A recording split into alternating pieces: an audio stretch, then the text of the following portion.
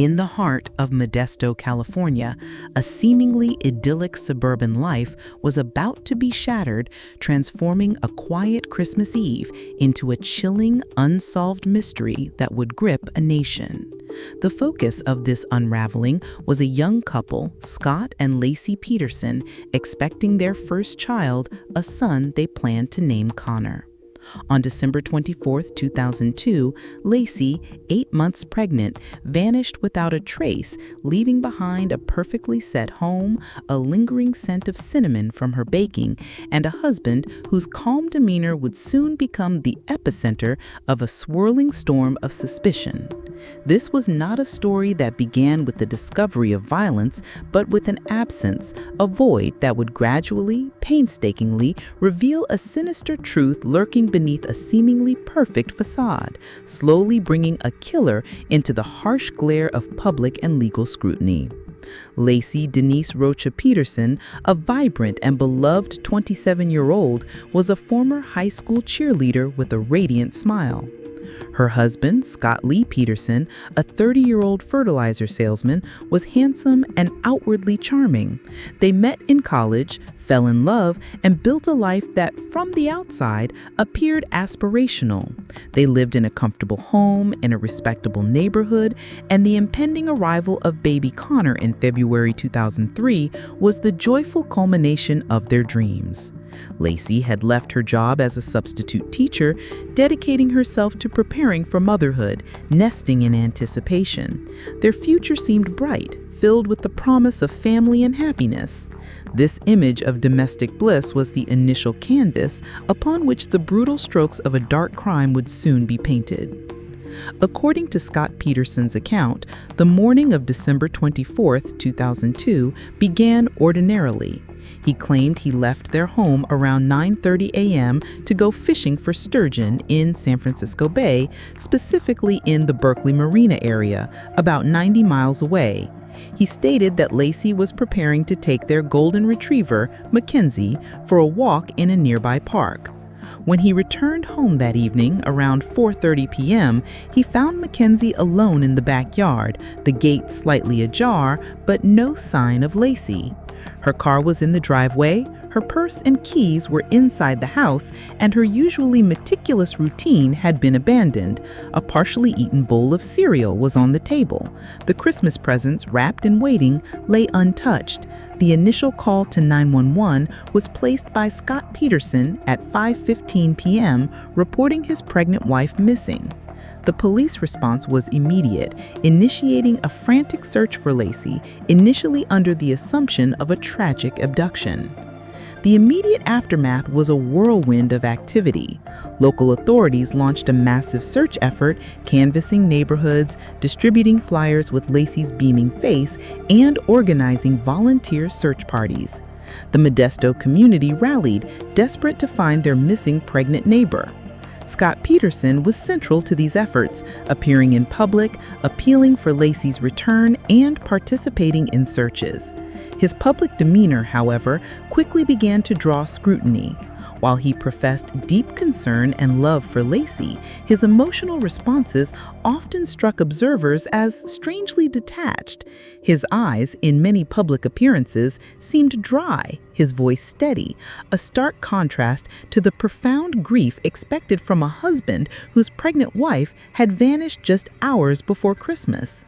This subtle yet persistent emotional disconnect began to plant the first seeds of doubt in the minds of some observers, both within law enforcement and among the public.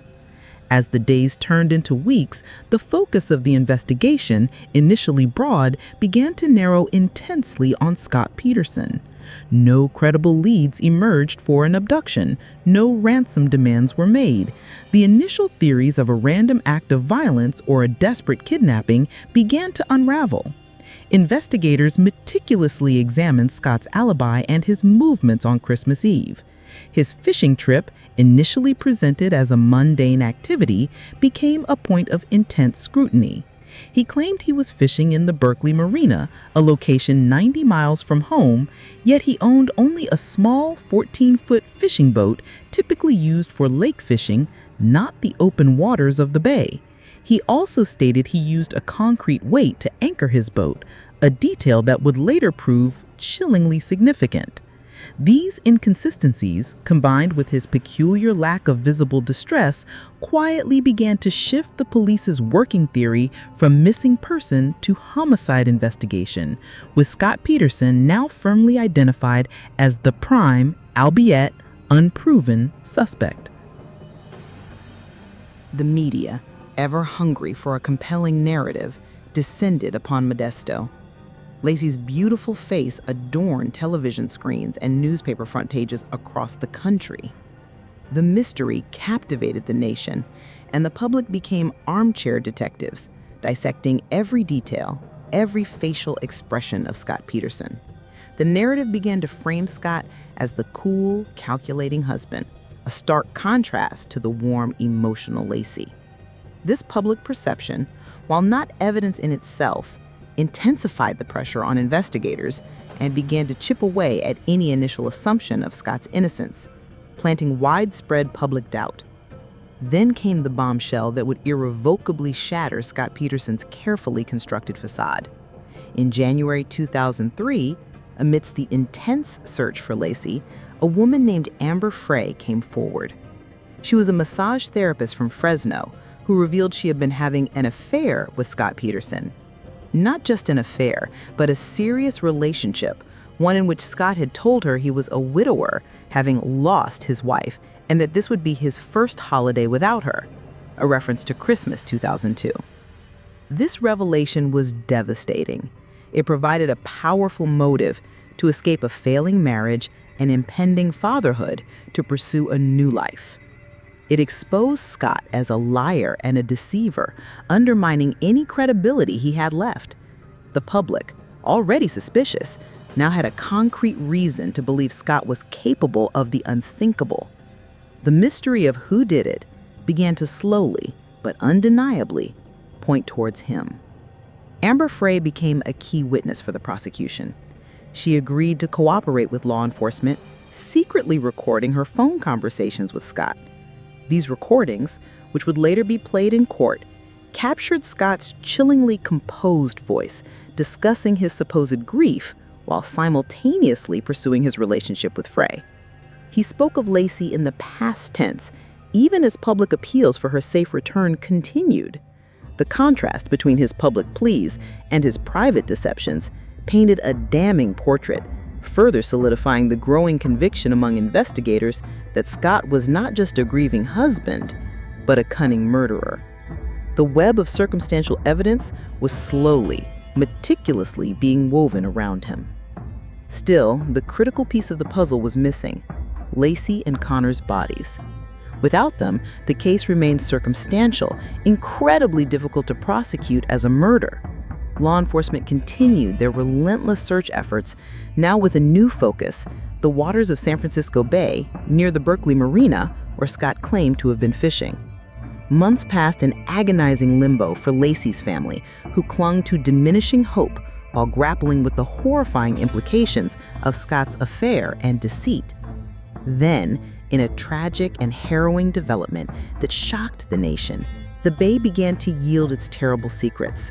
On April 13, 2003, nearly 4 months after Laci vanished, the decomposed body of an infant boy was discovered by a passerby on the shoreline of San Francisco Bay, in Richmond, California, just a mile north of the Berkeley Marina.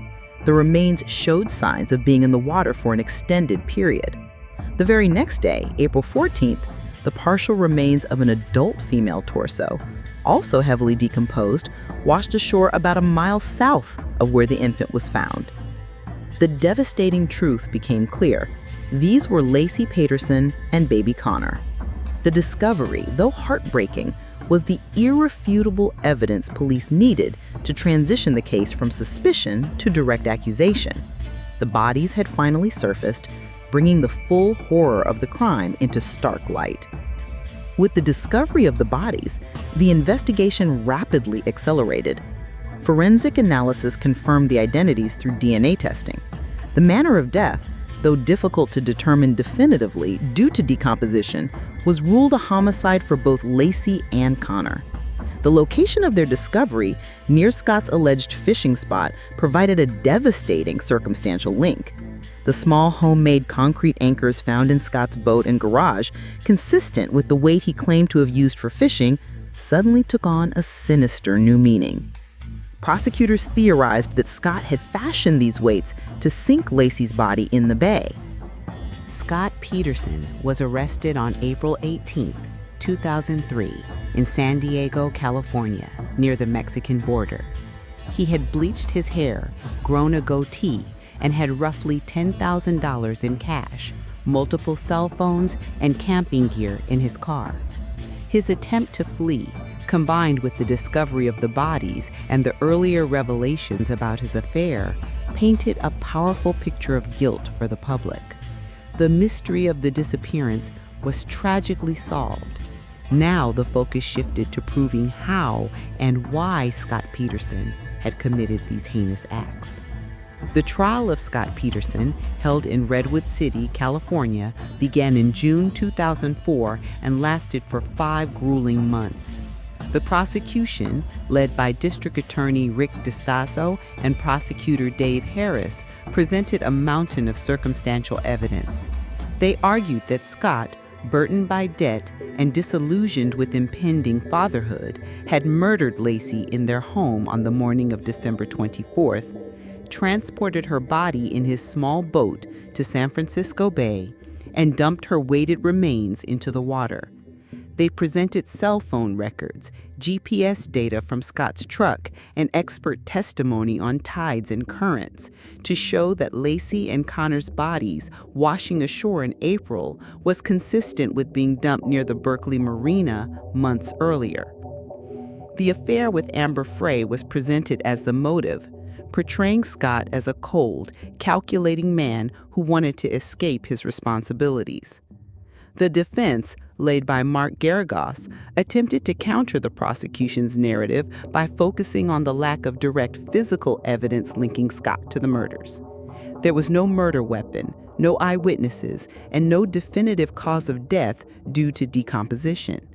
They put forth alternative theories, suggesting that Laci could have been kidnapped by a satanic cult or murdered by drug dealers who had ties to the park near the Peterson home. They questioned the chain of custody of evidence and attacked the credibility of some witnesses. They portrayed Scott as a loving husband who was simply misunderstood and who behaved oddly due to the immense grief and public pressure. The defense aimed to replant the seeds of doubt, arguing that the circumstantial evidence was insufficient for a conviction and that the prosecution had simply built a case around public hatred for Scott. Despite the defense's efforts, the sheer volume and compelling nature of the prosecution's circumstantial case ultimately swayed the jury. After 6 days of deliberation on November 12, 2004, the jury found Scott Peterson guilty of first-degree murder for Laci and second-degree murder for Connor. The verdict sent waves of relief through Laci's family and the millions who had followed the case. On December 13, 2004, the same jury recommended a death sentence for Scott Peterson. In March 2005, he was formally sentenced to death and sent to San Quentin State Prison. The conviction of Scott Peterson, while providing a legal resolution, did not entirely silence the debate for everyone. A small but vocal group of supporters continued to argue for his innocence, pointing to the purely circumstantial nature of the evidence and alleging prosecutorial overreach or jury bias. However, for the vast majority of the public and the justice system, the lengthy investigation, the overwhelming circumstantial evidence, and the brutal verdict brought the killer, Scott Peterson, into undeniable light. The initial mystery of Laci's disappearance, shrouded in Christmas Eve fog and Scott's deceitful calm, was agonizingly peeled back layer by layer through his lies, his affair, the discovery of the bodies, and the meticulous presentation of facts at trial. The Laci Peterson murder case remains a haunting and indelible chapter in American true crime. It is a stark reminder of the deceptive power of a charming facade, the profound impact of domestic betrayal, and the agonizing process of a justice system painstakingly piecing together the truth from fragmented clues.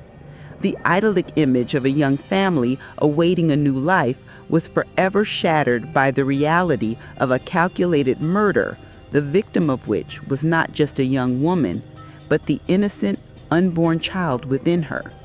The story of Laci and Connor Peterson continues to echo as a tragic testament to a Christmas Eve that promised joy but delivered unimaginable horror. And a killer revealed not by a smoking gun, but by the slow, inexorable turning of the tide of truth.